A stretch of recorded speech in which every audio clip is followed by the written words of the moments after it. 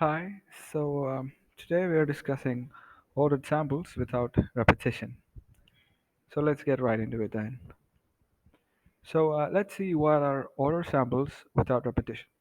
So in this is used in combinatorics and refers to the selection of a specific number of objects from a larger set in a specific order without allowing any object to be chosen more than once. So we're selecting a specific number of objects from a larger set and the order is important and we can't choose any element, any object more than once. Let's begin with an example. Suppose we have a set A with n elements. Okay, A is equal to set of all 1, 2, 3 up to n, and we are asked to pick k number of elements from it, but no element is allowed to appear more than once. So how many possibilities are there?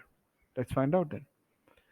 Clearly we have n possibilities to pick the first element, and we have n minus 1 possibilities to pick the second element since the first element can't be used again. And again, to pick the third element, we have only n minus 2 possibilities. So generally by the multiplication rule, that says that if an event can occur in m ways and another event in n ways, then the possibility of them occurring simultaneously is m into n ways. So with that, the number of possibilities is n times n minus 1 times n minus 2, etc., up to n minus k plus 1. We can show this in the pi notation as pi of n minus I from I equal to 0 to k minus 1. The pi notation indicates the product of a bunch of terms. Here, from the value of I ranges from 0 to k minus 1, and all the values change with the terms in the brackets, that is n minus I. So let's consider another example, another case where n equal to k. That is, we are counting the number of ordered samples using all the elements in the set. So here let our set A be set of 1, 2, 3. Then by using our formula, which we saw in the last slide, is 3 into 2 into 1 or 6. So the possibilities were 1, 2, 3, 1, 3, 2, 2, 1, 3, 2, 3, 1, 3, 1, 2, and 3, 2, 1. These possible rearrangements of elements is known as permutations of the set.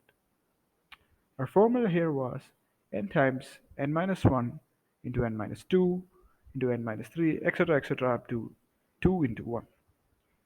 So this notation, this expression is called as a factorial, and we denote it by the n and exclamation sign. We call it as n factorial.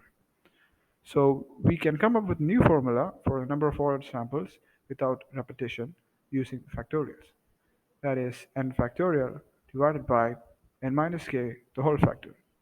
We commonly say it as NPR, that is number of permutations of n elements taken r at a time. That equals n factorial by n minus r the whole factorial. So let's look at an example so that this concept is more clear to us. So the question is, the given is 10 people, okay, from P1 to P10, they're named from P1 to P10. The question is, how many ways can the people be lined up in a row? So we are using all 10 people. We're selecting all the 10 people from a set that contains 10 people. So using what we just learned before, that is 10p10. That is number of permutations of 10 people taken 10 at a time. So that comes to 10 factorial. That is n factorial by n minus r factorial. Here it's 10 factorial by 10 minus n factorial, or 10 factorial. That is 362,880.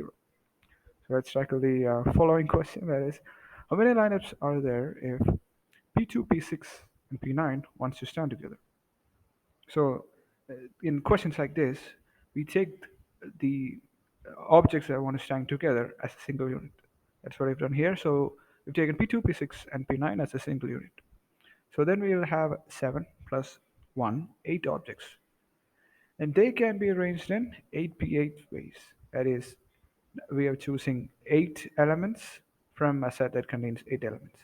So that is 8 factorial ways. Again, we must remember that the 3 objects which we have made into a single one, even they can be arranged between themselves again. So they can be arranged in 3p3 ways. that is 3 factorial ways. So totally, by the multiplication rule, we can say that the number of possibilities of the P2, P6, and P9 standing together is 8 factorial times 3 factorial ways, or 241920 ways. And our final question is, how many lineups are there where they do not stand together? So we know when the case when they do stand together, we know the total number of permutations we can create from 10 people. So we subtract just that, 10 factorial minus the possibilities where they do stand together, that is 8 factorial times 3 factorial. It comes to 3386880. So I hope I was able to get to you the concepts of ordered samples without repetition. Let's see a couple of more examples, and Fatima will be there to continue the session. Thank you very much.